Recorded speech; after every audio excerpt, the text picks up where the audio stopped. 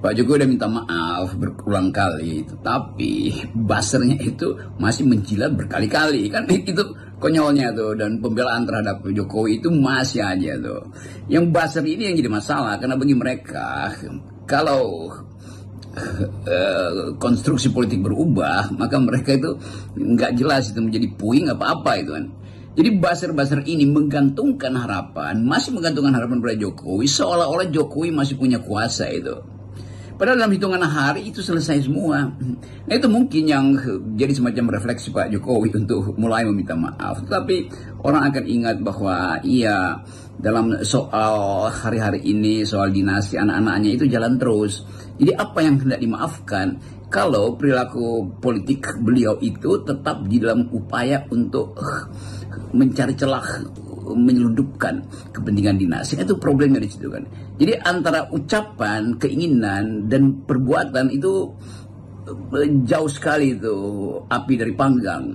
Nah, kemungkinan ini yang membuat orang merasa bahwa Jokowi sedang memanipulasi keadaan, soalnya dengan minta maaf orang lupa proses Gibran dipaksakan jadi wakil presiden, proses Kaesang diduga kuat memperoleh gratifikasi. Kan ini soal yang di dalam permainan komunikasi politik, orang sorotan kamera akan pindah pada gerak bibir Pak Jokowi, saya minta maaf. Iya, tetapi gerak otaknya tidak setara dengan gerak bibirnya.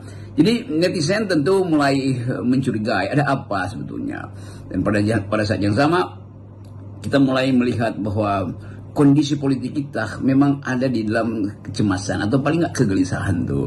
Karena tetap kita harus pikirkan di mana kita letakkan Pak Jokowi nanti itu. Tentu kita ingin supaya beliau dihormati, tetapi nggak tahu, kita tidak punya semacam point of view untuk menerangkan di mana yang bisa kita anggap sebagai sudut paling mulia supaya kita hargai Pak Jokowi. Kelihatannya susah itu.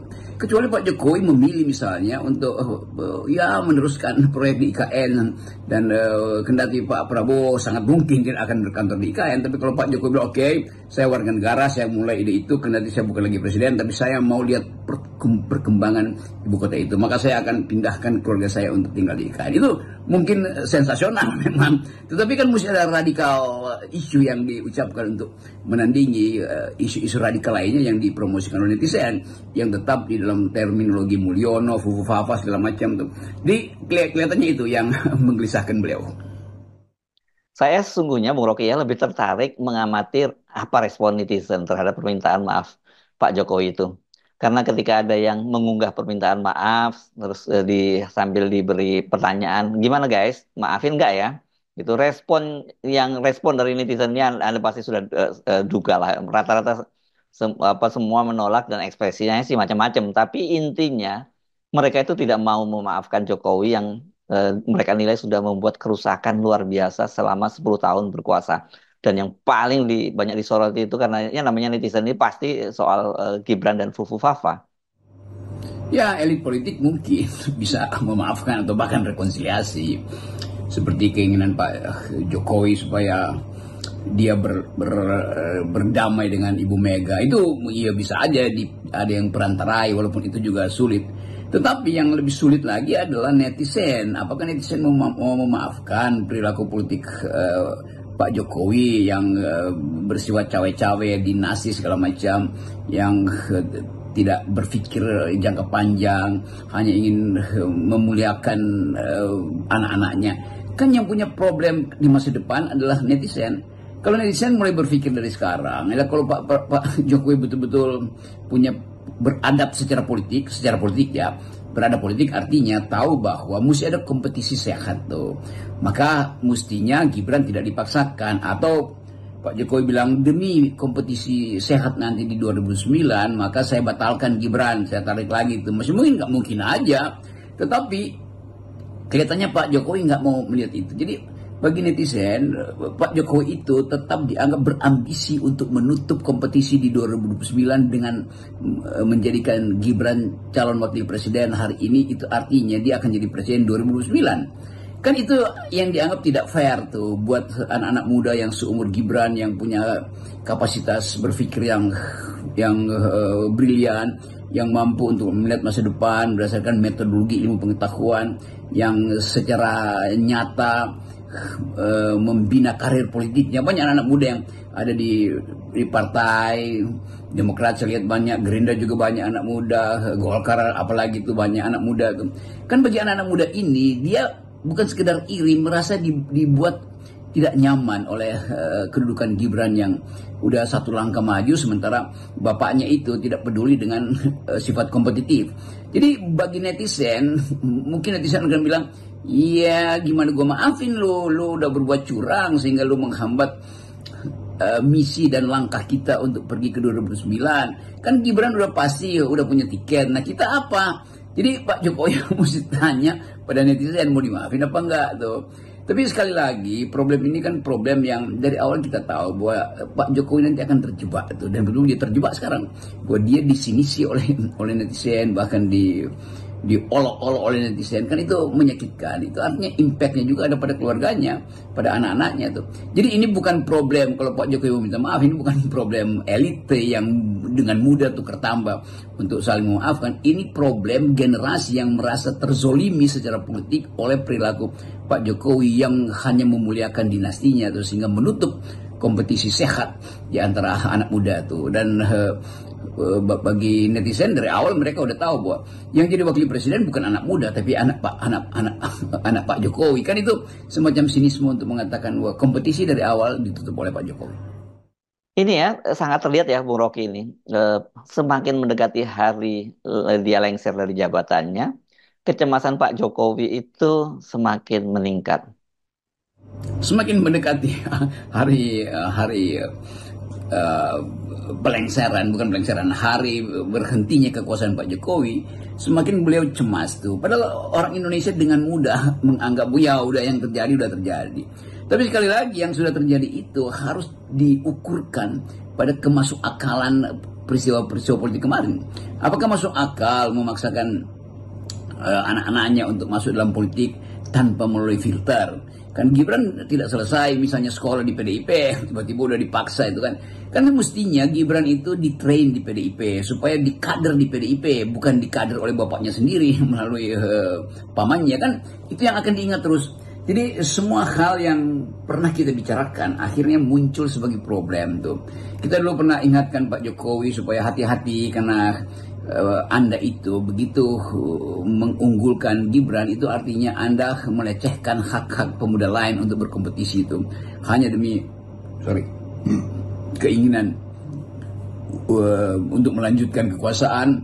Gibran dipaksakan di situ. Ini menimbulkan bukan rasa sakit hati, rasa tidak adil di kalangan netizen. Ya mungkin elit politik bisa menganggap ya udahlah biarkan aja toh nantinya selesai juga. Tetapi bagi netizen persiapan kompetitif itu yang dianggap dicurangi. Gibran udah ada 100 meter di depan, sementara generasi baru yang seumur dia dan seusia dia yang punya kapasitas justru harus dari start awal, sehingga Gibran tinggal menyelesaikan 20%. Sementara yang muda-muda ini yang bahkan berada di partai politik harus ikuti satu lap lagi sebelum dia nyampe. Gibran udah angkat bendera victory lap itu kan.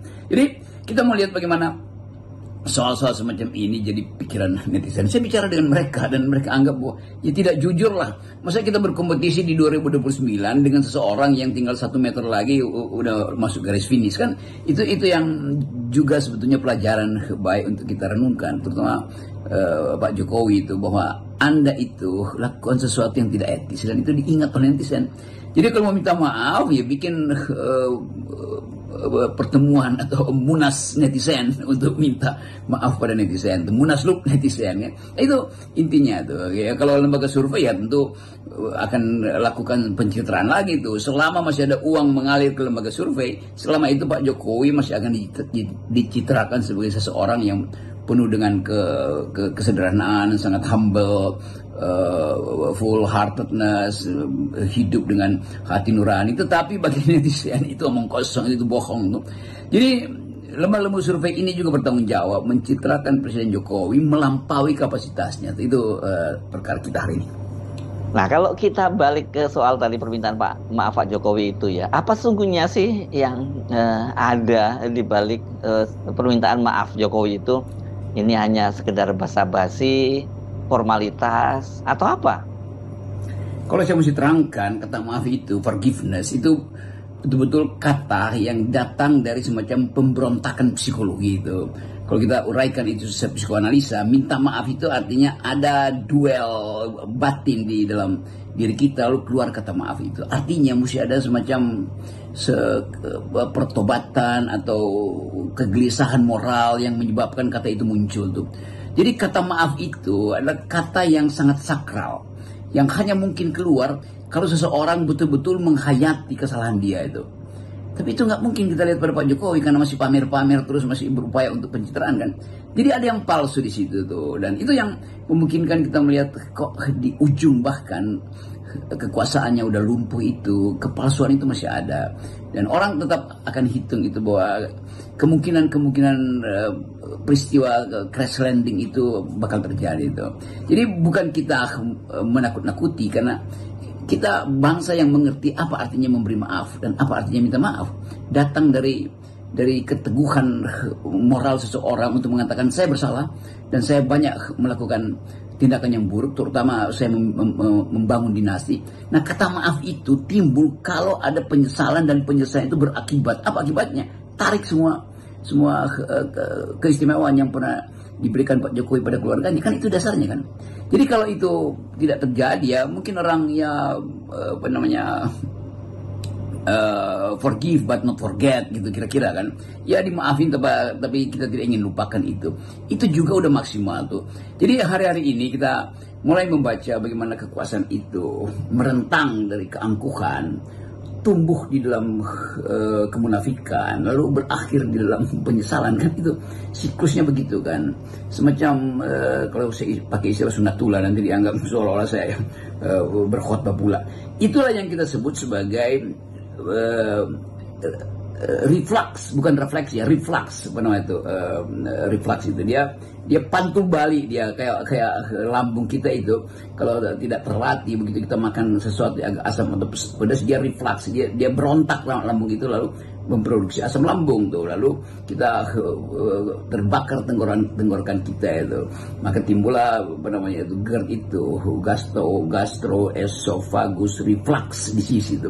Jadi asam lambung politik kita itu lagi reflux, dan Pak Jokowi harus terima fakta itu bahwa netizen bahkan menganggap bahwa tidak pantas untuk diberi maaf. Jadi oke, silahkan lakukan semacam tapa brata kontemplasi lagi untuk mengenali apa sebetulnya yang Anda maksud dengan minta maaf. Itu soal. Salam akal sehat. Ya, salam akal sehat.